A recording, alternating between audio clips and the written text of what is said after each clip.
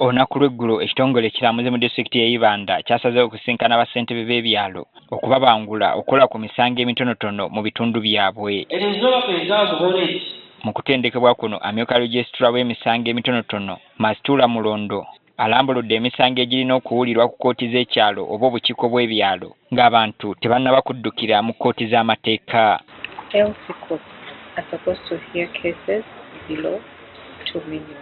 That is the jurisdiction. Just like even in our courts, we are limited by jurisdiction. Grade 1 handle 20 million, Chief Magistrate 50 million, and for the LC court it is 2 million and below.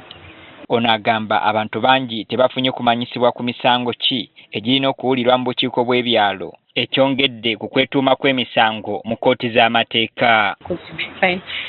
LC1 handling the murder case, LC1 handling the case of 100 million because of the knowledge gap. But now they know what they're supposed to do and what they're limit to do. The LCs have not done much. They have done their part. However, maybe most of them did not know those small claims.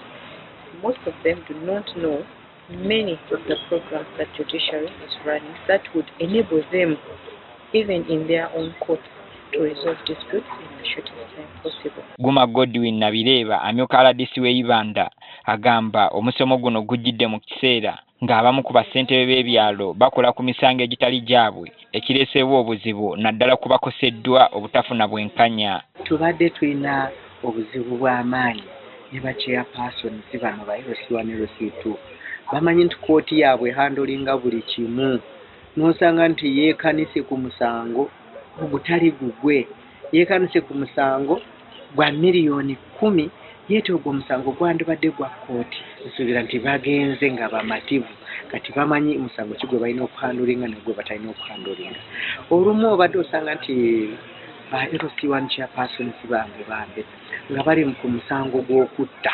Bassentebe b'ebyalo basanyukidde enteekateeka eno okubamanyisa emisango gye balina okukolako n'egyo egitali gyabwe. Abikwatirine n'omu byalo byaitu kkooti zaitu nizikora habwokuba nti beeta tusitama tubahoziisa okusinga tumugambira ekyaseme kuba naakora. Mu kiseera kino bassentebe bangi naddala mu byalo tebamanyi buyinza bwabwe we bukoma ku misango egimu oluusi ne kiviirako abatuuze okukubagana nga n'olumu battiŋŋana. N'olwekyo enkola eno yakuyamba nnyo ku bassentebe okumanya obusobozi bwabwe we bukoma emisango egitali gyabwe bagyongereyo gye girina okuwulirwa.